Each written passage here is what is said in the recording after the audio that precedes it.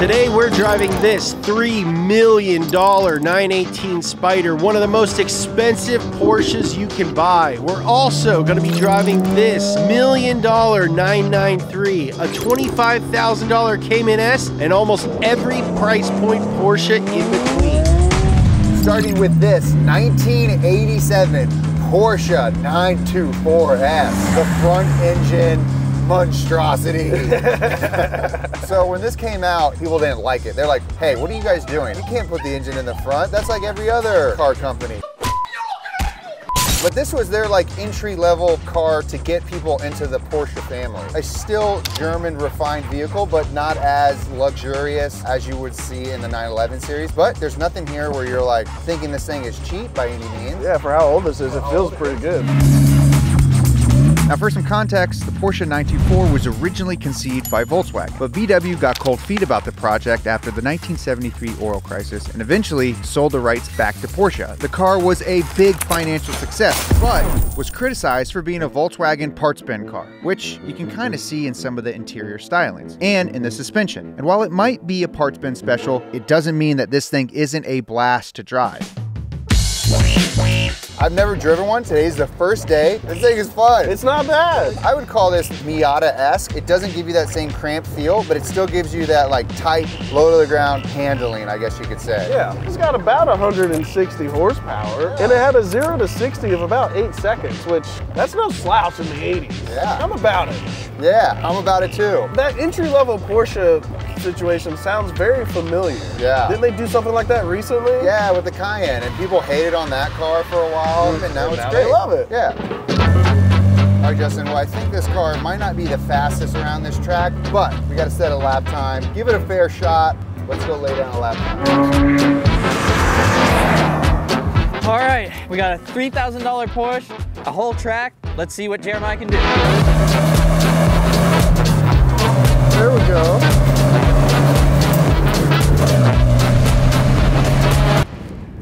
He's looking pretty slow, I gotta say. But you know what? It's probably a lot of fun in there. Up, coming over the crest. Come on, Jared.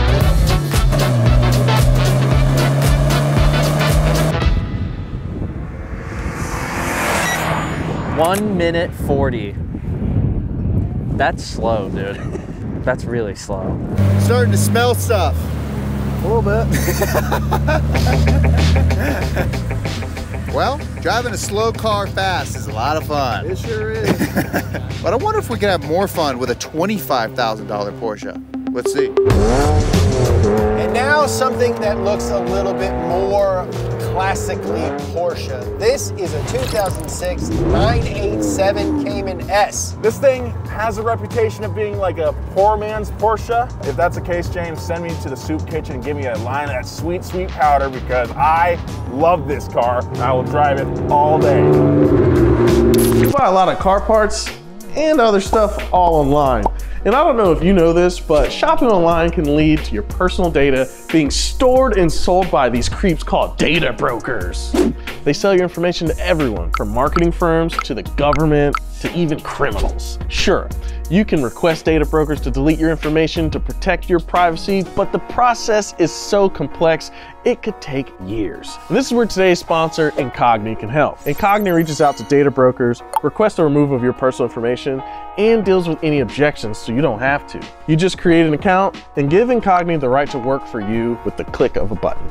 I signed up for Incogni a few days back, and now I can see just how many lists Incogni is fighting to get me removed from. Gotta admit, it feels good seeing that number go up.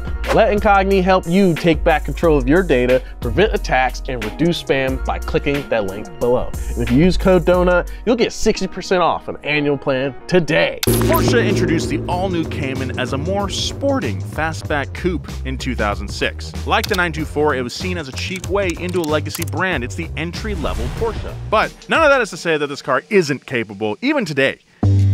This thing's got 291 horsepower. That's mid-engine, 6-speed transmission, and you can get them for less than $20,000. It's insane. We always talk about cheat codes. 20 grand for this, that's a cheat code, man. Imagine you put some Oh coils my on God. it, some seats, Some really a good steering tires. wheel. I mean, really fun track day car. This is great. I've never been a huge Porsche guy, but I've done 3 laps here at Streets in this thing. No bullshit, I'm thinking about it. And you could do it. Yeah.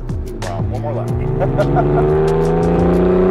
know, Porsche is one of those companies where everything they build has that motorsport spirit, and you can tell that it was meant to go fast on the track.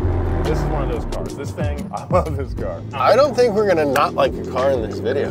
I think Porsche makes a lot of cars that feel like Porsches. Imagine that. I mean, it's easier said than done. For the next car on this list, we're gonna take a step away from the track and head to downtown Los Angeles to see what it's like to drive a $100,000 Porsche. That sounds so cool. This is a 1971 911T, and if it were just that, it would cost you somewhere in the ballpark of $100,000. This particular air-cooled 911 might cost a little bit more because it's very famous. It's owned by infamously long-haired ex-fashion designer, urban outlaw, Porsche Enigma Magnus Walker. How you doing? Yeah, good. I'm so stoked to be here. Yeah, let me show you around. For me, when it comes to Porsche, it's all about experiencing variety. So for me, my collection is obviously front-engined, mid-engined, rear-engined, both air and water cooled.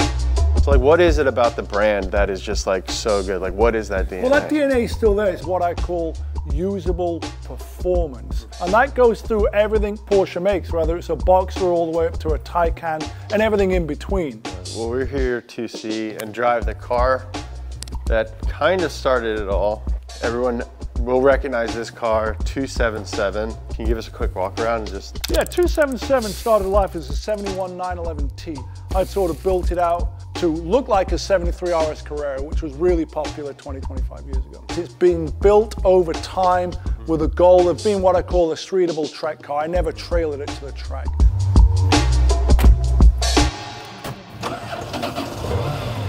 It's crazy too how this is like a 71, but the dash still looks like Yeah, the new like one. I say, that DNA, they didn't change it for the first 30 years. I mean, they really figured it out. Yeah, it was well engineered from day one, and they've just improved on that design. I mean, this is pretty surreal, man. I gotta be honest.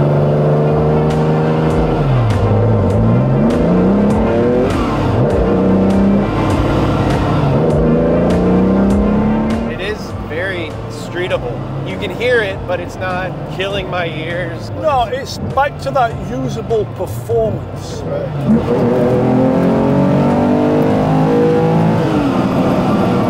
Wow. This just feels like I think a car should feel. Yeah.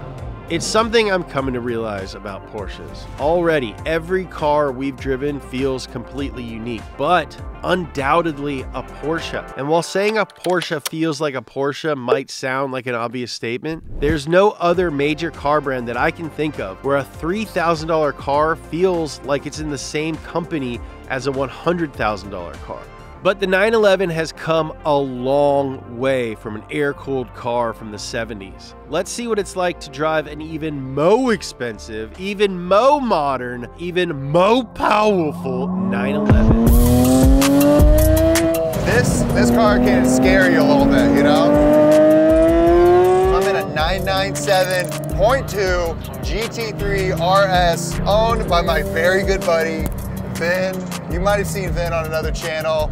Vin and I are best friends. Not a lot of people know that. No, people don't know we even know each other. Yeah, I know. Yeah, so Vin brought his GT3 RS out here to Willow Springs, letting me drive it. He's not very excited about me whipping this thing around. You definitely have to have some talent to drive it. You got to be like respectful of its like weight transfers and everything. Yeah. But that to me is what driving's all about. It's like, it's fun because it's hard.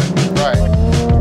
Now the 997 isn't the newest iteration of the 911, but it's probably the most beloved amongst enthusiasts 5-year-olds, and even race car drivers like myself. Now, these second-gen 3RS models bump displacement from 3.6 liters to 3.8 liters and power by 15 horsepower to 444 total, which isn't a mind-numbing number, but when you pair it with all of Porsche's weight-saving modifications and emphasized aerodynamics, you best believe your boy is flying around the track. Yeah, it's got this like rowdy feel to it where it's like, yo, I don't want to be driven like a little baby. That's why this car sucks in traffic. This car is not meant to drive slow. It's a big complaint of people because you buy these cars and you quickly realize that they're not meant to like sit in traffic and go run groceries. They're meant to like be on track. Well, you know what, Ben? Thank you for letting me drive your car. I haven't been very spirited in driving it, but I am going to be giving it a hot lap here in a bit. Are you okay with that?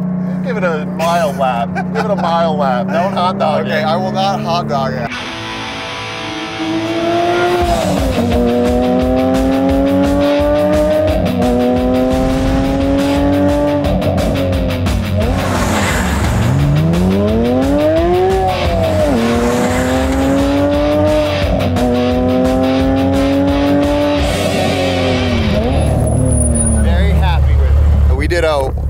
I don't know, what did it say, 128? That was really fun, but let's see what it's like to drive a $300,000 car.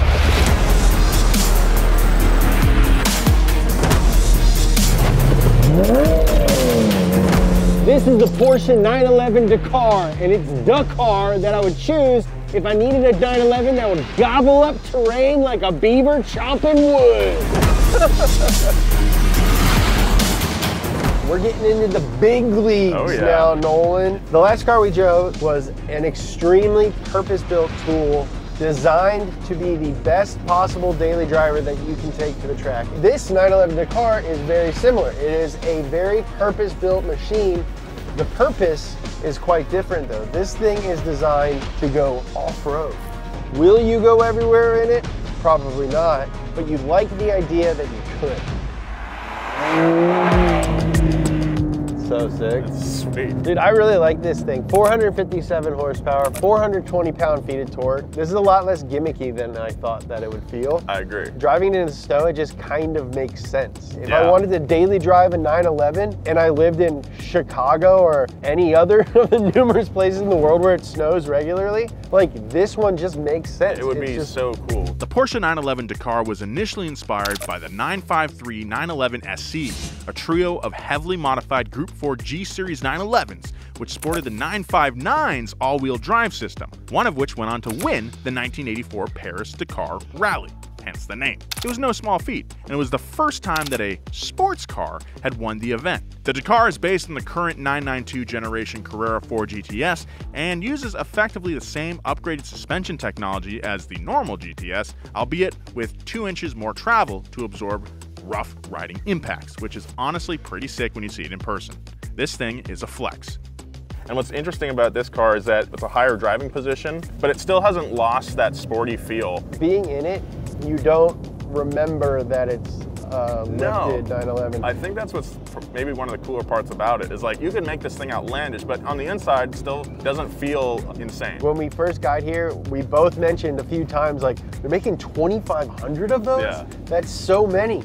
But I've totally 180'd and gone to like, they should make more. They should just be an option that you can get.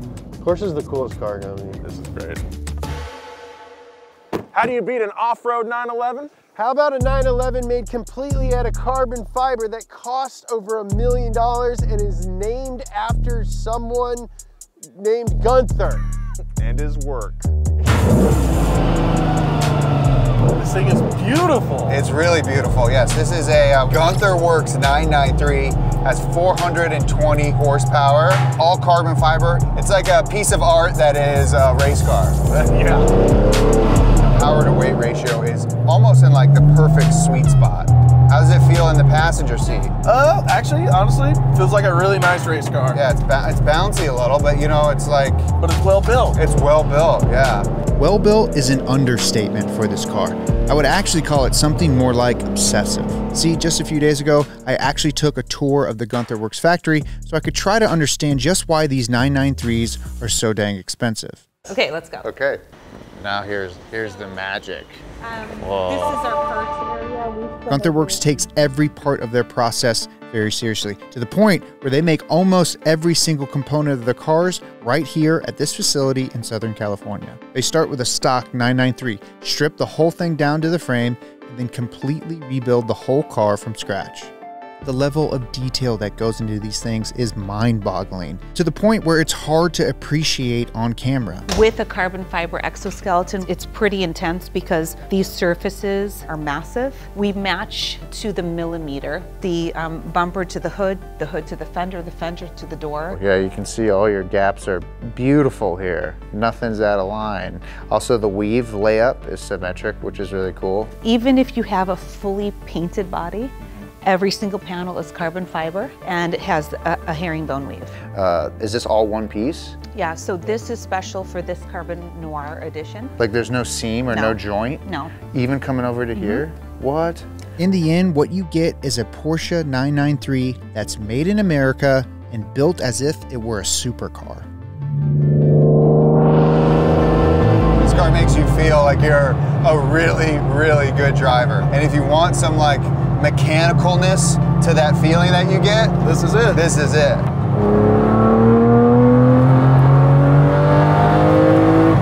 Woohoo! It's hard to believe that things could get even more expensive than this, but I've got news for you, buddy. It's possible. We just dropped a bunch of new pieces, some of the best stuff ever. Go shop the new capsule, donumedia.com.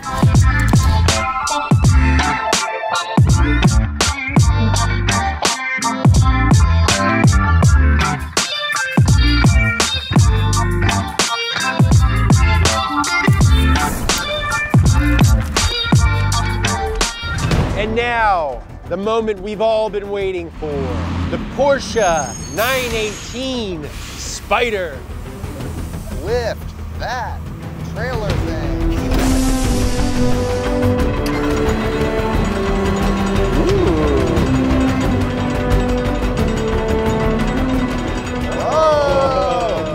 Wow. Yeah. I've only seen this showroom, and I've definitely never seen it already. Whoa! The 918 Spyder is probably one of the most important hypercars in modern history. Partially because it was part of the holy trinity of hypercars, but also because it was the first production car to go under 7 minutes at the Nürburgring. The 918 set a precedent for design and performance to come, and almost 10 years later, it's still one of the greatest cars ever made. Whoa! Dude, the flat carbon here, 918 Spyder, by far one of the coolest cars I've gotten to touch.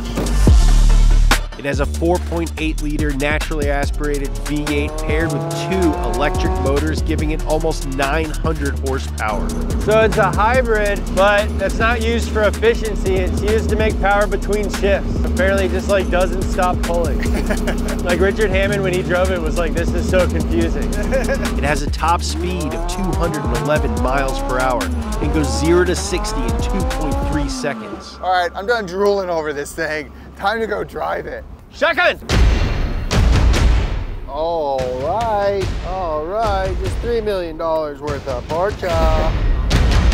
Okay.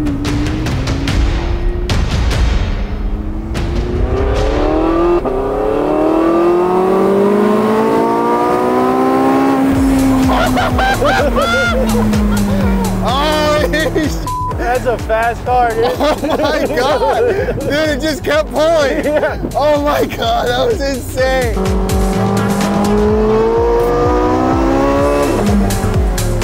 Oh, dude, the brakes are great, too.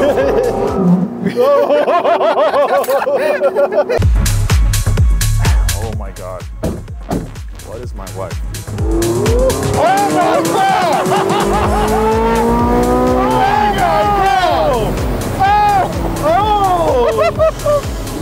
Oh my God, Justin. Oh my goodness, man, that was intense. Man, oh, you can just feel your intestines being pulled around.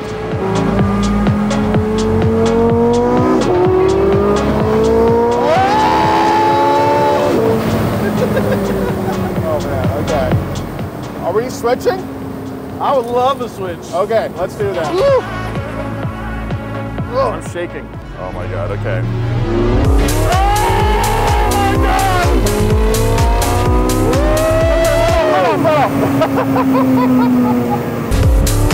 Oh man! Oh wow, what a car! Oh God, okay. What a privilege to get to drive this car, man. Absolutely. Thank you to the owner, Yes. for sure. Woo, boy. What a car, dude. Oh, What do you think? it's good, Jerry. It's really, really good. It's like, it's going to kill you, but it's also taking care of you. Yeah. This thing scares me in a good way. Yeah. Now let's see if it's faster than our $3,000 944.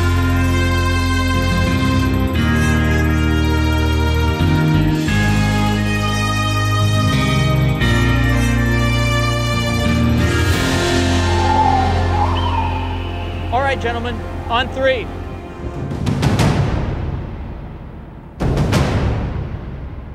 One, 2, 3.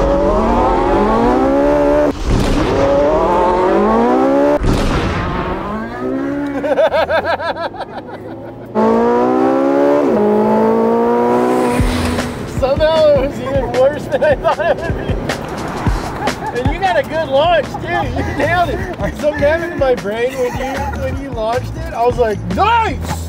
Like we had a chance.